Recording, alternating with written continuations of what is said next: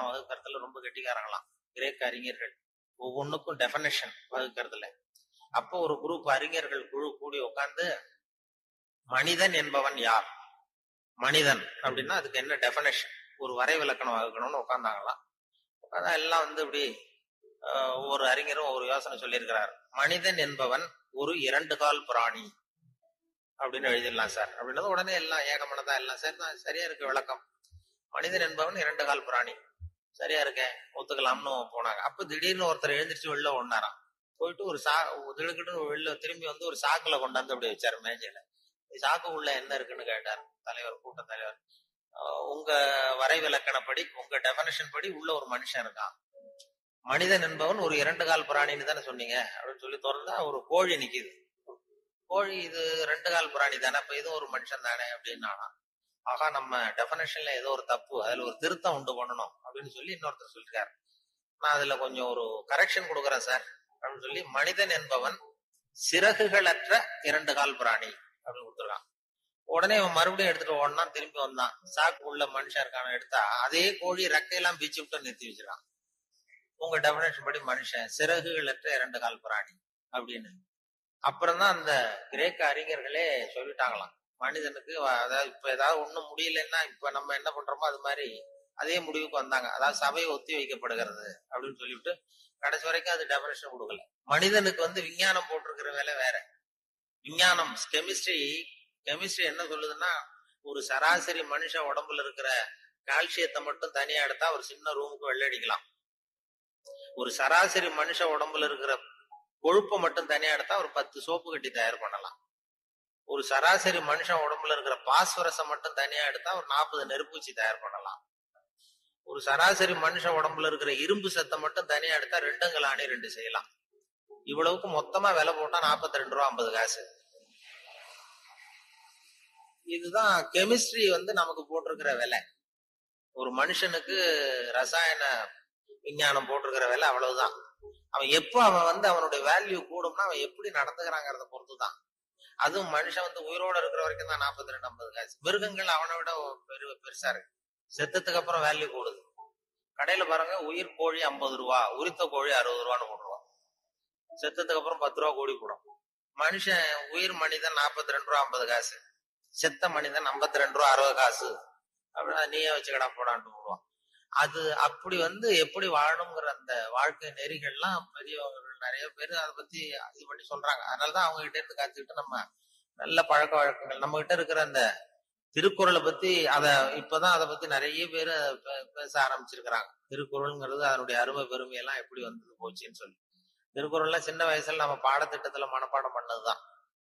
இப்ப அதை பத்தி ஆங்கில மொழிபெயர்ப்புலாம் நிறைய பெருசா பண்ண அவங்க சுபாவத்துக்கு தகுந்த மாதிரி ஒரு துறையை தேர்ந்தெடுக்கணும். நம்ம ஊர்ல பேச்சாளர்களுக்கும் 3 கோலங்கள் உண்டு. அது நின்ற கோலத்துல பேசுகிறவர்கள் அரசியல்வாதிகள், அவங்களுக்கு நின்னாதான் பேச்சு வரும். அமர்ந்த கோலத்துல பேசுறவங்க ஆன்மீகவாதிகள். நடமாடும் பல்கலைக்கழகம் நாவலர் நெடுஞ்செழியன் இருந்தார் இல்லையா, இங்க படிச்சவர். அவர் ரேடியோவுக்கு பேச வந்தார். அமைச்சரா இருக்கும்பொழுது திருக்குறளுக்கு உரை எழுதினார். அப்ப நான் கூப்பிட்டு ரேடியோவில் அவரை பேட்டி எடுத்து பதிவு பண்ண வேண்டிய பொறுப்பு எனக்கு. அவரை கூப்பிட்டுட்டு அறையில உட்கார வச்சு பேசிட்டு இருக்கோம். அது மாதிரி பதிவு பண்றதுக்கு போறேன். அப்படி போய் உட்கார வச்சா வானொலி நிலையத்துல இப்படிதான் ஏற்பாடு பண்ணி வச்சிருக்கோம். உட்காந்து பேசுனா, தம்பி இங்க வா, நான் எனக்கு உட்காந்தா பேச்சு வராது, நின்றுட்டே பேசிடுறேன், இந்த மைக்கு கொஞ்சம் தூக்கி வசதி வைக்கிறார். அப்புறம் அவர் உயரத்துக்கு மைக்கை தூக்கி வச்சு அப்புறம் பதிவு பண்ணேன். இது அவங்களுக்கு பழக்கத்துல மேடையில நடமாடும் பல்கலைக்கழகம் எதை வேணாலும் பேசுவார். உட்கார்ந்தா கொஞ்சம் தயக்கம்.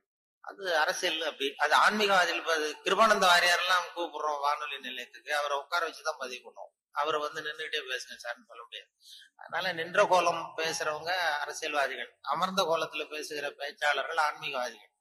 இதே மாதிரி கிடந்த கோலத்துல பேசுறவங்களும் உண்டு நம்ம ஊர்ல. இந்த சாராய கடை வாசல்ல பாத்தீங்கன்னா அவங்க எல்லாம் கிடந்த கோல பேச்சாளர். ஒரு பெரிய பொறியியல் இன்ஜினியர், அவர் ராணுவத்துல ஒரு பாலம் கட்டுறதுக்கு பெரிய இது பண்ணாங்க, பிளான் பண்ணாங்க. அதுக்கு ஒரு வரைபடம் தயார் பண்ணணும், ஸ்கெட்ச். ராணுவத்துக்கு பாலம் கட்டுறதுக்கு ஒரு பெரிய ப்ளூ பிரிண்ட் என்ன சொல்லுவீங்கல்ல, அது மாதிரி அந்த வரைபடம் தயார் பண்ற வேலையை ஒப்படைச்சிருக்கிறாங்க அந்த இன்ஜினியர்கிட்ட. அந்த பொறியாளர் உள்ளுக்குள்ள ஒரு கவிஞர், அதாவது அவர் ஒரு கவித்தன்மை உள்ளுக்குள்ள இருக்கு, மறைஞ்சிருக்குது. அதனால அவர் என்ன பண்ணாரு, அந்த பொறியியல் வரைபடம் போட்டார்.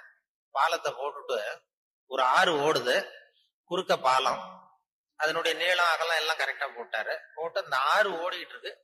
அது ஓடி முடியிற இடத்துல ஆத்து ஓரமா ஒருத்தன், ஒரு சின்ன பையன் தூண்டில் போட்டுட்டு நிக்கிறான். அதான் அவர் போட்டிருக்காரு ஒரு அழகுக்காக. சின்ன மூலையில ஒரு தூண்டில் போட்டுட்டு ஒரு பையன் நிக்கிறான். இது இந்த பொறியியல் வரைபடத்தை கொண்டு போய் அதிகாரி கிட்ட கொடுத்துருக்காங்க. அவருக்கு கோபம் வந்துடுது. இது ஒரு பொறியியல் வரைபடம். இது இந்த வரைபடத்துல போய் அந்த ஒரு ஓவிய எண்ணத்துக்கு அப்படின்னு சொல்லி ஒரு சத்தம் போட்டிருக்காரு மேல உள்ளவர். அதனால என்ன பண்ணிருக்கிறா, முதல் தடவையா கொடுக்கும்பொழுது அந்த பாலத்து மேல நின்றுகிட்டு தூண்டில் போடுறது மாதிரி படம். இந்த பாலத்துல எதுக்கு அவன் நிக்கிறான்னு சொல்லி சண்டை போட்டிருக்காரு. உடனே அவர் சரி சார் நான் இதை மாத்திடுறேன்னு சொல்லி ஒரு மாத்தி 2வது தர படம் போடும்போது பாலத்துல நிக்க கூடாது, பாலத்துல இடைஞ்சல் இருக்க கூடாது, அவ்வளவுதானே. பாலத்தை சரியா போட்டு மூலையில கொண்டு போய் தூண்டில் போட்டு நிக்கிறான். மறுபடியும் கூப்பிட்டு அவன் படமே இருக்க கூடாது, இந்த வரைபடம் மட்டும்தான் இருக்கணும் போடுனார். உடனே இவன் பாலம் போட்டான். 6 பாலம் சரியா போட்டுட்டு இந்த மூலையில பார்த்தா அவன் நிக்கிற இடத்துல அவன் இல்ல. அந்த இடத்துல சின்ன ஒரு கல்லறை, இந்த சிறுவன் இங்கே புதைக்கப்பட்டிருக்கிறான் அப்படின்னு. அதாவது அந்த உள்ளுக்குள்ள இருக்கிற அந்த கவிஞனை ஒண்ணும் பண்ண முடியாது. சில பொறியியல் படிக்கிற மாணவர்கள் நீங்க நிறைய பேர் கவிதை எழுதலாம், அது எப்படியாவது வெளியில வந்துகிட்டு தான் இருக்கும். அது பியூரா அந்த வரைபடத்துல கூட அவனை மறைக்க முடியல பாருங்க, அப்படி இருக்கும். அது அது மாதிரி சொல்றது உண்டு அவங்கவுங்க அந்த இதுல. அதனால இந்த பேச்சு, இந்த சொன்னார்கள், இந்த நகைச்சுவை உணர்வுங்கிறது ரொம்ப அவசியம். அதை பத்தி சொல்லணும், போகணும், வரணும்னு சொல்லி சொன்னாங்க. நகைச்சுவை உணர்வுங்கிறது நமக்கு சின்ன வயசுல இருந்து நாம பிறந்து 6 வாரத்துலதான் சிரிக்க ஆரம்பிக்கிறோமா.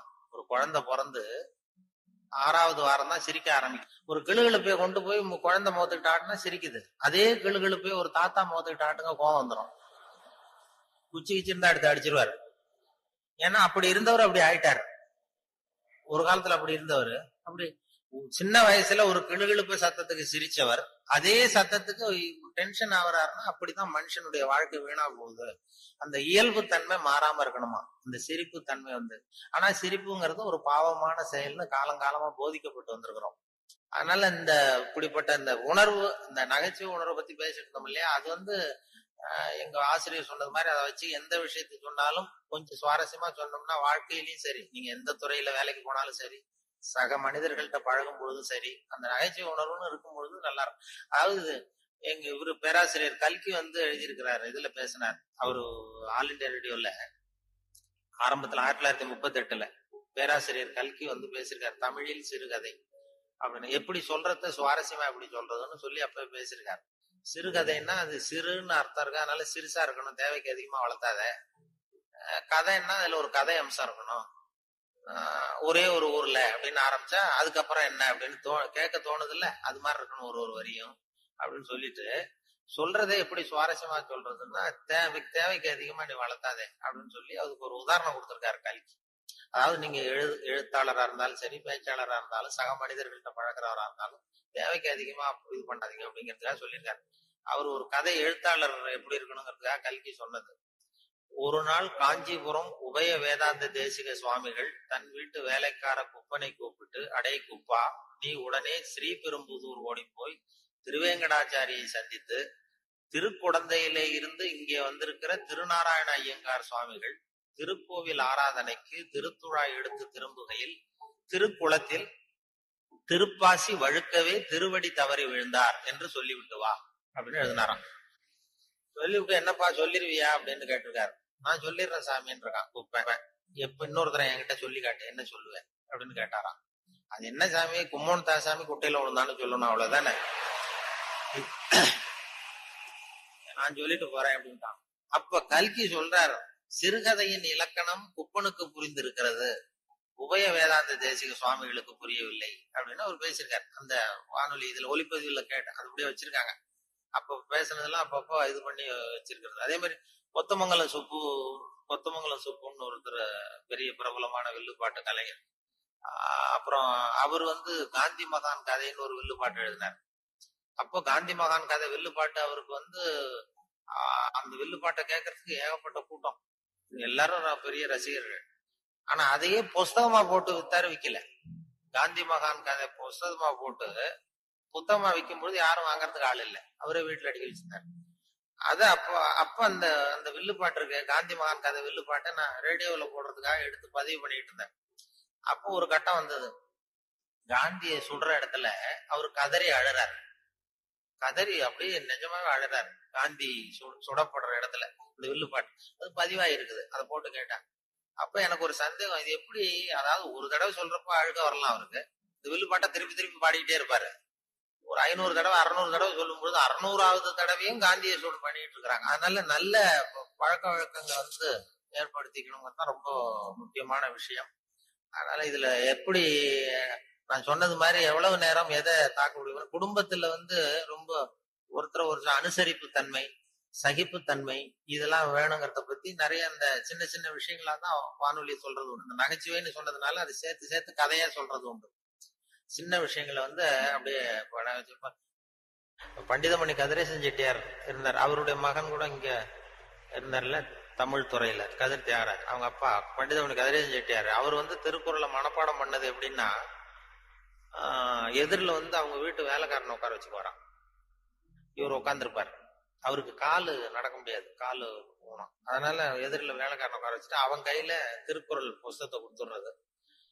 இவர் உட்காந்துக்கிட்டு, இந்த இடத்துல நான் முதலாளி கிடையாது, நீ வேலைக்காரன் கிடையாது, நான் வந்து திருக்குறளை வரிசையா சொல்லிட்டு வருவேன், அது சரியா இருக்கான்னு பாத்துக்கிட்டே வா, ஏதாவது ஒரு சின்ன தப்பு சொல்லிட்டா கூட நீ என்ன முதலாளின்னு பாக்காத, எழுந்திரிச்சு வந்து என் தலையில ஓங்கி ஒரு கொட்டு வை அப்படின்னு. சரி முதலாளின்னு வாங்கி வச்சுக்கிட்டான். வாங்கி வச்சுட்டு சொல்லுங்க முதலாளின்னு உட்காந்தான். அகர முதல எழுத்தெல்லாம் ஆதி பகவன் முதற்றே உலகு அப்படின்னாரு. உடனே கிடுக்குன்னு கொஞ்சம் இருங்க முதலாளி அப்படின்னு சொல்லி எழுந்திரிச்சு ஓங்கி நங்குன்னு ஓட்டி விட்டான் தலையில. ஏட்டா கொட்டா, நான் சரியா தானடா சொன்னேன் அப்படின்னா, இல்ல நீங்க சொன்னது தப்பு முதலாளி, அகர முதல எழுத்தெல்லாம்னு நீங்க சொன்னீங்க, புஸ்தகத்துல அகர முதல வெழுத்தெல்லாம்னு போட்டிருக்கு, அதனால தப்பு. டக்குன்னு திருக்குறளை புரிஞ்சிட்டாராம். இதே ரீதியில போனா நான் 1330 கொட்டு வாங்கணும் உங்ககிட்ட, என் தலை தாங்காது, நான் பாத்துக்கிறேன் போடான்ட்டாராம். அப்படிலாம் திருக்குறளை வந்து படிச்சு பெரிய இது பண்ணிருக்கிறாங்க. அவருக்கு கால் ஊனம், பண்டிதன் கதிரேசன் செட்டியாருக்கு. அவருக்கு வந்து பாதுகாப்புக்குன்னு ஒருத்தனை வச்சிருந்தாராம், அவனுக்கும் காலு கிடையாது. அப்ப கேட்டிருக்காங்க, ஏங்க ஐயா நீங்கதான், உங்களுக்குதான் கால் நடக்க முடியாது, நடமாட முடியல, கால் ஊனம், உங்களுக்கு பாதுகாப்புக்குன்னு ஒருத்தனை வச்சிருக்கீங்க, அவனுக்கும் கால் விளங்காம இருக்கு, கால் சரியில்லையே அப்படின்னு இருக்காங்க. அப்ப அதை நான் வந்து அர்த்தத்தோட தான் வச்சிருக்கேன்னாராம். என்ன அப்படின்னு கேட்டதுக்கு சொல்லியிருக்காரு, எனக்கு ஒரு ஆபத்துன்னு வரும்பொழுது இவன் விட்டுட்டு ஓடி போகாம இருக்கணும்ல, அதுக்காக தான் வச்சிருக்கேன் அப்படின்னு சொன்னாராம். அப்படிலாம் அந்த தலைமுறையில திருக்குறளை பத்தி சொல்லுவாங்க. திருக்குறளை வந்து இப்போ பெரிய அதை பத்தி சான் ஸ்னைடர்னு ஒருத்தர் அமெரிக்க பேராசிரியர் திருக்குறளை பத்தி 600 பக்கத்துக்கு இது 600 பக்கம் கற்கும் வழிகள்னு ஒரு புத்தகம் எழுதினாராம்.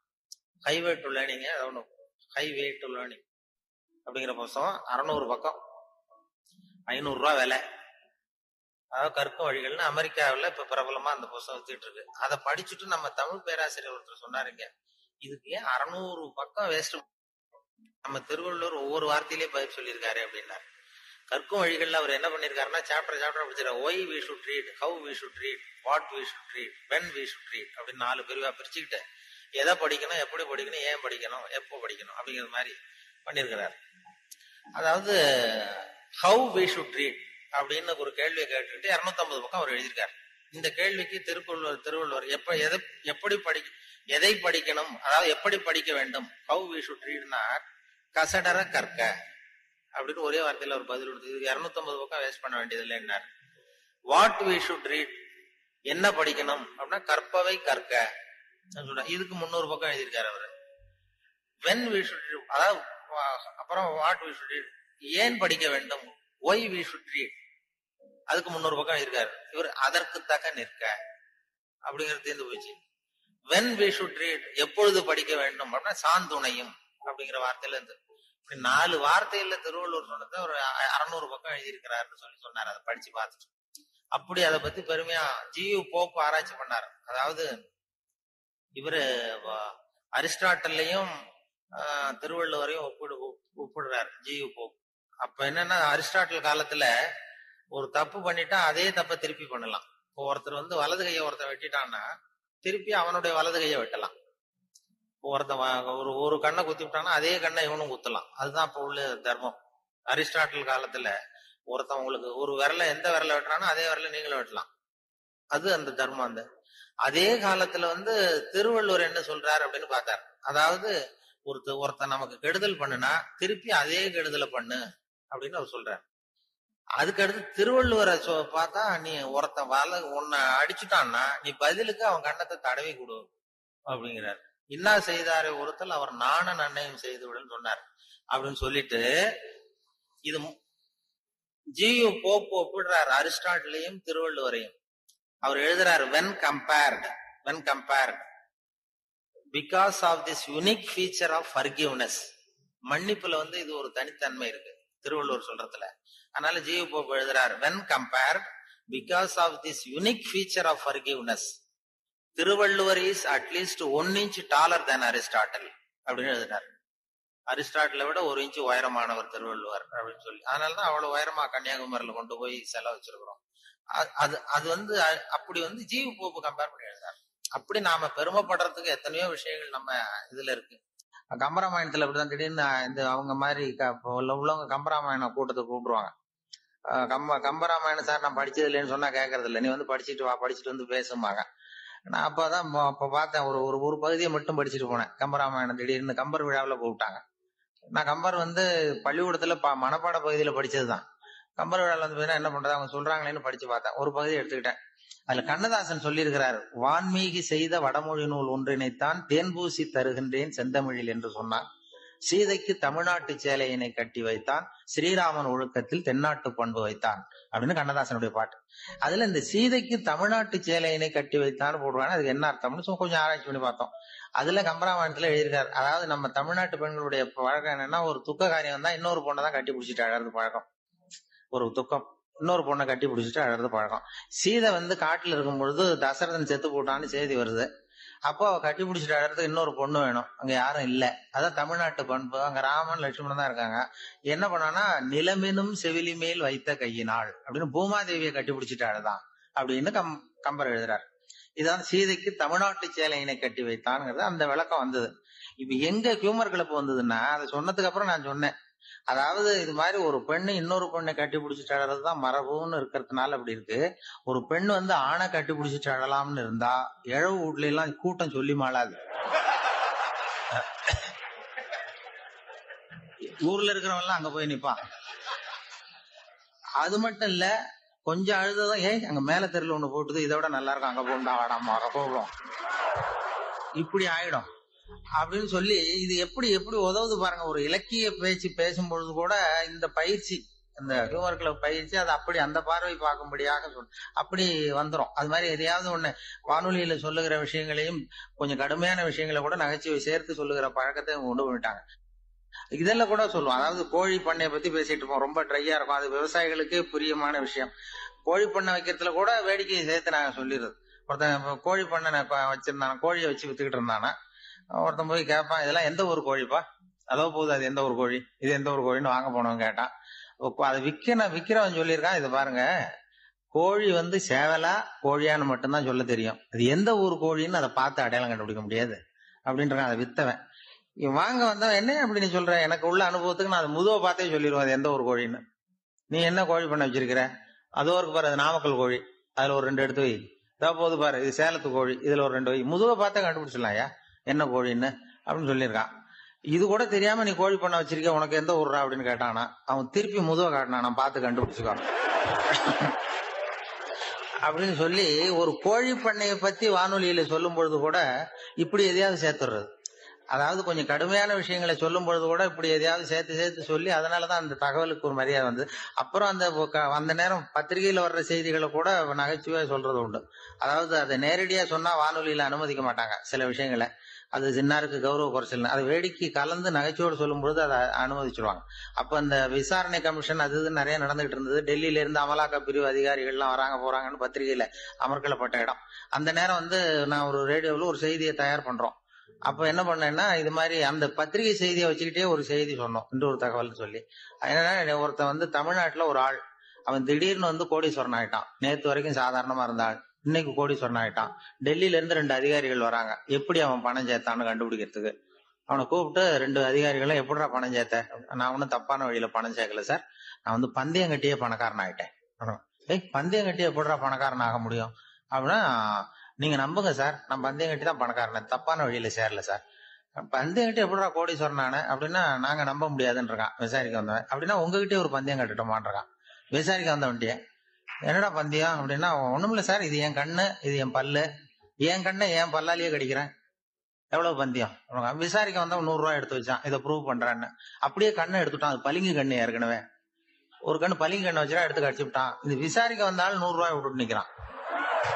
எப்படி பணம் சேர்த்தான்னு வந்தவன் உடனே இன்னொருத்தன், இவன்ட்ட என்னடா பேச்சு கொடுக்காதரா, நம்ம பணம் தான் அங்க போயிட்டு இருக்கு, உனக்கு விசாரிக்க தெரியல, போடா நான் விசாரிக்கிறேன்னு அடுத்த வந்தான். அது நீ ஒழுங்கா சொல்றேன், எப்படிடா பணம் சேர்த்த சார், நீங்க கொஞ்சம் புத்திசாலியா தெரியுது அவரை விட, நீங்களாவது நம்புங்க சார், பந்தயம் கட்டி தான் பணம் சேர்த்தேன், நான் நம்ப முடியாது. அப்படின்னா உங்ககிட்ட இன்னொரு பந்தயம் கட்டட்டுமா அப்படின்றான். வேண்டாம், அவனை ஏமாத்தி விட்டேன் ஆளை, வேண்டான்றான். இல்ல சார், அவருக்கு ஏமாந்தது பொய் கண்ணு, பளிங்கு கண்ணுன்னு தெரியாது, ஏமாந்துட்டார். இப்போ உங்ககிட்ட பந்தயம் கட்டுறது நெஜம் கண்ணு, இந்த பக்கம் பளிங்கு கண்ணு கிடையாது, நெஜம் கண்ணு, இதை பல்லால கடிக்கிறேன். அவன் ஒரு 100 ரூபாய் எடுத்து வச்சான். இவன் அப்படியே பல்சட்டை கேட்டினான் தனியா, அப்படியே கேட்டு கடிச்சு விட்டான்.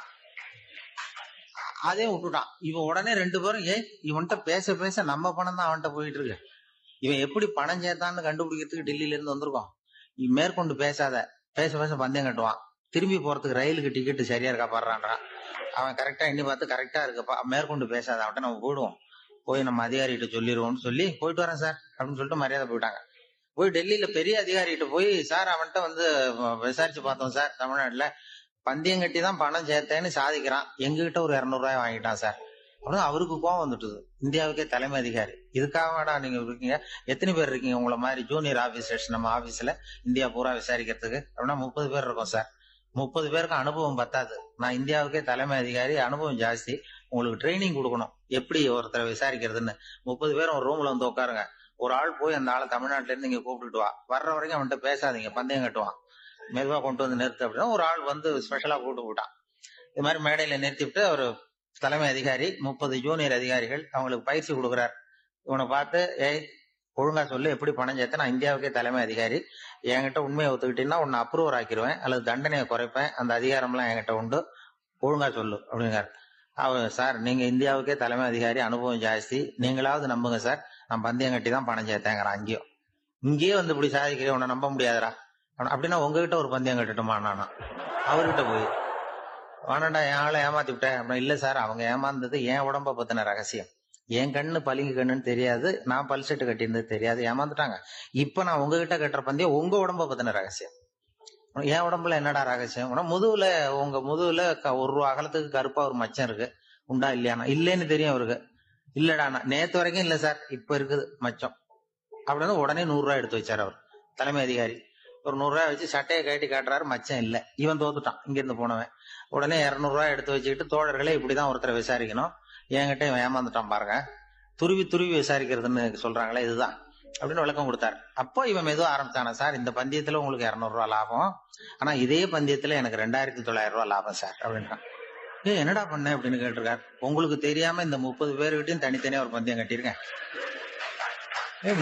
30 பேர்கிட்ட என்னடா பந்தயம் கட்டினேன்? ஒண்ணும் இல்ல சார், உங்க எல்லாரும் முன்னாடியும் உங்க மேல் அதிகாரியை சட்டையை கேட்ட வைக்கிறேன், பந்தயம் கட்டினேன், போயிட்டு பூரா எனக்கு 2900 ரூபாய் லாபம். அவரு பார்த்தாரு, அதிர்ச்சி ஆயிட்டாரு தலைமை. சார் நீங்க போங்க சார் அப்படின்னு சொல்லி ஒரு ஆளை கொண்டு போய், சாரை கொண்டு போய் மரியாதையா பக்கத்து ரூம்ல விட்டுவாங்க, இனிமே அவர்கிட்ட யாரும் பேசாதீங்க வாங்கன்னு சொல்லிவிட்டு, அதுக்கப்புறம் தோழர்களே, இவர் பேச ஆரம்பிச்சார், தோழர்களே இனிமே யாரும் தமிழ்நாட்டு பக்கம் விசாரிக்க போகாதீங்க, நீங்க யாராவது போறதுன்னா மத்திய பிரதேசம், உத்தரப்பிரதேசம், இப்படி எத்தனையோ பிரதேசம் இருக்கு, போயிட்டு வாங்க, தமிழ்நாட்டுக்கு மட்டும் போகாதீங்க, ஏன்னா அங்க போனா நம்ம பணத்துக்கு ஆபத்து வந்துருது அப்படின்னு சொன்னாருன்னு. இந்த கதையை ரேடியோல சொன்னேன். இந்த கதையை உண்மை சம்பவமா சொன்னா அனுமதிச்சிருக்க மாட்டாங்க. இந்த நகைச்சுவைக்கு உள்ள மரியாதை என்னன்னா, அது ஒரு கதை மாதிரி உண்டு பண்ணி இப்படி சொன்னதும், இதுல என்ன என்னுடைய விசேஷம்னா, இந்த ஸ்கிரிப்ட வாங்கிட்டு வர சொல்லி மந்திரியினுடைய பிஏ வந்தார். ஒரு மந்திரி அப்ப இருந்தவர், அவர் பிஏ அடிக்கடி வருவார். வந்து இந்த போன நேத்து முந்தா நாள் ரேடியோல சொன்ன அந்த இன்னொரு தகவல் காப்பி ஒண்ணு வாங்கிட்டு வா அப்படி இப்படின்னு கூப்பிடுவார். மேடையில பேசுறதுக்கு எங்களுக்கு தேவை, உபயோகப்படும்னு கேட்பார். அவரு இந்த நிகழ்ச்சி வந்தப்போ உடனே அன்னைக்கே வந்துட்டார் அந்த பிஏ. இன்னைக்கு காலையில சொன்னீங்களே சார், மந்திரி கேட்கிறாரு மேடையில பேசுறதுக்கு அப்படின்னு. நான் அப்பதான் ஆச்சரியப்பட்டேன், பாருங்க இந்த நகைச்சுவைக்கு உள்ள மரியாதை. அவரே கேட்கிறார், சொல்லப்பட்டதே அவரை பத்தி தாங்கிறது தெரியாம அவரே எப்படி சொல்ல, அதுதான் சிரிப்புக்குள்ள மரியாதைங்கிறது. அது யார பத்தி சொல்றோமோ அவருக்கு தெரியாம கூட சொல்லலாம். அதை அப்படி இது உண்மையில நடந்த சம்பவம். அந்த அமைச்சர் இப்ப இல்ல, உயிரோட எல்லாம் இப்ப இருந்து வாங்கிட்டு இருந்தார். அப்படி பண்ணுவாங்க. அப்படி நம்ம அனுபவத்துல நிறைய சொல்லுவோம். ஒரு பேச்சாளர் வேகமா போயிட்டு இருந்தாராம். போயிடும்போது ஒரு கூட்டத்துல பேசுறதுக்கு இதுல காட்டு வழியா போயிடும்போது சிங்கம் வந்து நின்றுருக்கு எதிரில. உன்னை சாப்பிட போறேன், எனக்கு பசிக்குதுன்னு தான் அவர் பேச்சாளர் சொல்லியிருக்காரு. இல்ல என் பேச்சை கேட்கறதுக்கு ஆர்வமா காத்துக்கிட்டு இருக்கிறாங்க, போயிட்டு வரும்பொழுது வேணா சாப்பிட்டு. இல்ல எனக்கு பசிதான் முக்கியம் இருக்கு. உடனே இல்ல நீ என்ன அவ்வளவு நல்லா பேசுவியான்னு தான் சிங்கம். அதை ஏன் கேட்கறேன், நான் பேச ஆரம்பிச்சேன்னா அப்படியே கேட்கறவங்க மயங்கி விழுந்துருவாங்க. எங்க இங்கேயே பேச நான் மயங்கி விடுறேன்னா பாப்போம் இருக்கு. ஒரு பெரியவர்களே தாய்மார்களேன்னு ஆரம்பிச்சாரு. சிங்கம் அப்படியே கரகரன்னு சுத்தி விழுந்துருது, அப்படியே மயக்கம் போட்டு விழுந்துருது.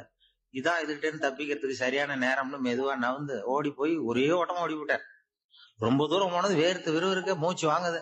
பின்னாடி சிங்கம் வருதா மயக்கம் தெளிஞ்சு என்னன்னு பாக்குறது கூட அவர் தைரியம் இல்ல. அவ்வளவு தூரம் ஓடி போய் ரொம்ப தூரம் போனதும் மூச்சு இறக்க திரும்பி பார்த்தார். சிங்கம் அப்படியே கிடக்கா, எழுந்துச்சுட்டுதான்னு. சிங்கம் அப்படியே மயங்கினது அப்படியே கிடக்கு. அப்ப அவர் அங்க இருந்து மூச்சு வாங்க நினைச்சுக்கிட்டாராம். நல்ல வேளை நம்ம பேச்சை கேட்டுட்டு அந்த சிங்கம் மயங்கி விழுந்ததுனால நாம தப்பிச்சோம் அப்படின்னு நினைச்சுக்கிட்டாராம். அதே நேரம் சிங்கம் லேசா தலையை தூக்கி பார்த்து, நல்ல வேளை மயங்கி விழுந்தது மாதிரி நடிச்சதுனால நாம தப்பிச்சோம், இல்லைன்னா அவன் பேசியே கொண்டிருப்பான் நம்மளை அப்படின்னு அதுக்காக கடந்துதான். இது எதுக்கு சொல்றேன்னா, இப்ப உங்க முகத்தையெல்லாம் பார்க்கும்போது அந்த சிங்கத்தோட முகம் மாதிரி இருக்கு. அதனால நீங்கள் நிஜம் சிங்கமா மாறுறதுக்குள்ள முடித்துக் கொள்றதுதான் மரியாதை. இல்லைன்னா இன்னொரு துப்பாக்கி வந்து ஐயா சொன்னது மாதிரி இங்க வந்து வைத்தாலும் வைப்பார்கள். அதனால உங்கள் வாழ்க்கைங்கிறது சில பேர் வாழ்வதற்காகன்னு சொல்லுவாங்க. அதாவது ஒருத்தர் கேளுங்க, எப்படி இருந்துகிட்டு இருக்கீங்க அப்படின்னா, ஏதோ காலம் தள்ளிட்டு இருக்கேன் அப்படின்னா மூச்சு விட்டுட்டு இருக்கான்னு அர்த்தம். மூச்சு விடுறதுதான் வாழ்க்கைன்னு நினைச்சிட்டு இருக்கான். சில பேர் பார்த்தா எப்படி இருக்கீங்க, ஏதோ வாழ்ந்துகிட்டு இருக்கேன் நல்லா இருக்கேன்பா, அவன் வாழ்ந்துகிட்டு இருக்கான்னு அர்த்தம். சில பேர் என்ன சந்தோஷமா இருக்கேன்பா, அவன் வந்து வாழ்க்கையை கொண்டாடுறது. வாழ்க்கை வாழ்வதற்கே இல்லை. அதாவது முன்னாடி இருக்கிறது எக்ஸிஸ்டிங், மூச்சு விடுறேங்கிறது எக்ஸிஸ்டிங், இது வாழ்ந்துகிட்டு இருக்கேங்கிறது லிவிங், கொண்டாடுறதுங்கிறது செலிபிரேட்டிங். வாழ்க்கைங்கிறது வாழ்வதற்காக கூட இல்ல, வாழ்க்கை கொண்டாடுவதற்காக.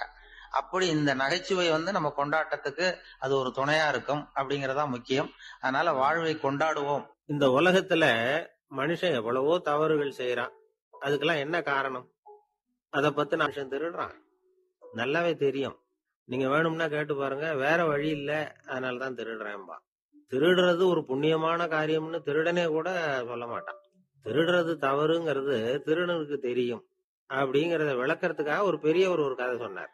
அதாவது 2 திருடர்கள் 2 பேரும் சேர்ந்து ஒரு வீட்டுக்கு போய் ஒரு 10,000 ரூபாயை திருடிட்டு வந்துடுறாங்க. ஒரு காட்டு வழியா வந்துகிட்டு இருக்கிறாங்க. இன்னும் விடியல. 2 பேருக்கும் தூக்கம் கண்ணை சுத்துது. சரி, இப்படியே ஒரு மரத்தடியில படுத்து தூங்குவோம், காலையில விடிஞ்சதும் இந்த பணத்தை 2 பேரும் பங்கு போட்டுக்குவோம் அப்படின்னு முடிவு பண்றாங்க. அதே மாதிரி படுத்து தூங்குறாங்க. நடு ராத்திரியில ஒரு திருடன் முழிச்சுக்கிறான். விடிகிற வரைக்கும் காத்துக்கிட்டு இருந்தா 5,000 ரூபா தான் கிடைக்கும், இப்பவே கம்பி நீட்டினா 10,000 ரூபா கிடைக்கும் அப்படின்னு யோசிச்சு பார்த்துட்டு ஒரு முடிவுக்கு வந்தான். மெதுவா அந்த 10,000த்தையும் சுருட்டிக்கிட்ட அடுத்தவனுக்கு தெரியாம ஓடி போயிட்டான். விடியுது. அடுத்தவன் எழுந்திரிச்சு பாக்குறான், பணத்தையும் காணல, பாகஸ்தனையும் காணல. இந்த திருடன் அந்த திருடனை திட்டுறான், திருட்டு பய, அயோக்கிய பய, இப்படி அநியாயமா கிளப்பிட்டு போட்டானே அப்படிங்கிறான். இதுல இருந்து என்ன தெரியுது? தெரியாம எடுத்துக்கிட்டு போறது திருட்டு, அயோக்கியத்தனம், அநியாயம் அப்படிங்கிறது இவனுக்கு தெரிஞ்சிருக்குது. அதனாலதான் அடுத்தவனை பார்த்து இப்படி திட்டுறான். அதனால தெரியாததுனால மனுஷன் தவறு பண்றான்னு சொல்றது சரியில்லை. அது தற்செயலா நடந்த ஒரு இது. என்ன மாதிரியே பேசுறேன்னாரு, அவர் மாதிரியே பேசக்கூடிய ஒரு நிகழ்ச்சி வந்து பெரிய மருதுன்னு ஒரு சினிமா படம் வந்து, பெரிய மருதுன்னு ஒரு அதுல நடிச்சுட்டு அவர் இறந்து போனார். அதுக்கப்புறம் அந்த குரலுக்கு தகுந்தாப்புல பேசணும்னு சொல்லி இந்த வி கோபாலகிருஷ்ணன் அந்த நடிகர்கள்லாம் புடிவாம கொண்டு, எனக்கு பேச தெரியாது சார், எனக்கு அதெல்லாம் அனுபவம் இல்லை. என்ன இல்ல அவர் வாயை அசைக்கிறாரு, என்ன பேசியிருக்காருன்னு நாங்க சொல்லி கொடுக்குறோம், அதே மாதிரி பேச, அவர் வாயை திறந்தா நீயும் திறக்கணும், மூடனா மூடணும் அப்படின்னு சொல்லி என்ன ரொம்ப கஷ்டப்படுத்தி அதை எடுத்தாங்க. அப்புறம் படத்துல எப்படியோ மேக்கப் பண்ணி சரி பண்ணாங்க. அது மாதிரி தற்செயலா அது மாதிரி நடந்தது. அனுமார் வேஷம் போட்டதுதான் அவருடைய முதல் அனுபவம் அப்படின்னு சொல்லி சொன்னார். அது சில பேருக்கு ஒரு சொன்னாங்க, ஒரு படத்துல அனுமார் வேஷம் போட்ட ரொம்ப தத்ரூபமா இருந்ததுதான். நீ எதுவாக இருக்கிறாயோ அதுவாகவே ஆகிவிடுன்னு ஒரு பெரிய தத்துவம் சொல்லுவாங்க. அப்ப அவர் சொன்னார், நான் அனுமார் வேஷம் போட்டா குரங்காவே ஆயிடுவேன் சார் அப்படின்னு ஒருத்தர் அவ்வளவு ஒன்றி நடிக்கிறவர். அவருக்கு முதல் பரிசு கொடுத்தாங்களாம் அனுமார் வேஷம். அப்போ மேடையில கேடயத்தை வாங்கிட்டு அவர் அனுமார் வேஷம் போட்டு முதல் வாங்கினவர் சொல்லிருக்காரு, என்ன மன்னிச்சுங்க, அவர் வந்து இந்த பரிசுக்கு உரியவன் நான் கிடையாது, எனக்கு மேக்கப் போட்டாரே அவருக்கு தான் கொடுக்கணும், அவரு தான் உண்மையான பரிசுக்குரியவர், அவரை கூப்பிட்டு கொடுங்க அப்படின்னு கொடுத்துருக்காரு. மேக்கப் மேனை கூப்பிட்டு அவர் கையில இந்த கேடயத்தை கொடுத்தாங்களாம். இந்த மேக்கப் மேன் அப்புறம் வந்து பேசினாராம், அவர் ரொம்ப ஐயா தன்னடக்கத்தோட அந்த பரிசை என்கிட்ட கொடுத்திருக்கார். நான் உண்மையிலேயே அவருக்கு மேக்கப்பே போடல, சும்மா வாழை மட்டும்தான் ஒட்ட வச்சேன் அப்படின்னாலாம். அது எப்படி இருக்கு பாருங்க. அப்படி அது சில பேருக்கு அப்படி இயல்பா அமையும். இந்த எனக்கு இது மாதிரி இந்த நகைச்சுவை பேசுறது இப்படி சந்தர்ப்பங்கள் வந்ததும் 4 பேர் சிரிக்க ஆரம்பிச்சு, சரி இப்படி பேசலாம் போல் இருக்கேன்னு ஒரு தயக்கத்தோட இருந்தாலும் மேடை பேச்சு பயந்துகிட்டு இருந்தேன். என்ன முதல்ல பிஆர் கோவிந்தராஜன் ஹியூமர் கிளப் இதா இருந்தார். அவர் ஒரு தடவை எங்க டைரக்டர் கூப்பிட்டுருக்காரு, ஹியூமர் கிளப்ல பேசுங்க சார் அப்படின்னு. அவரு என்ன பண்ணிட்டாரு, நான் எனக்கு ஹியூமர் எல்லாம் வராது, நான் ஒரு ஆள் அனுப்புறேன் அப்படின்னு சொல்லி என்ன பிடிச்சி நீ தான் போய் பேசிட்டு வரணும்னாரு. சார் எனக்கு தனியா இருக்கிறப்ப பேசுவேன், போய் மேடையில எல்லாம் பேச தெரியாது என்ன. இல்ல நான் வரேன்னு சொல்லிட்டேன், எனக்கு பதிலா நீ தான் போகணும்னு கட்டாயப்படுத்தி கொண்டு போய்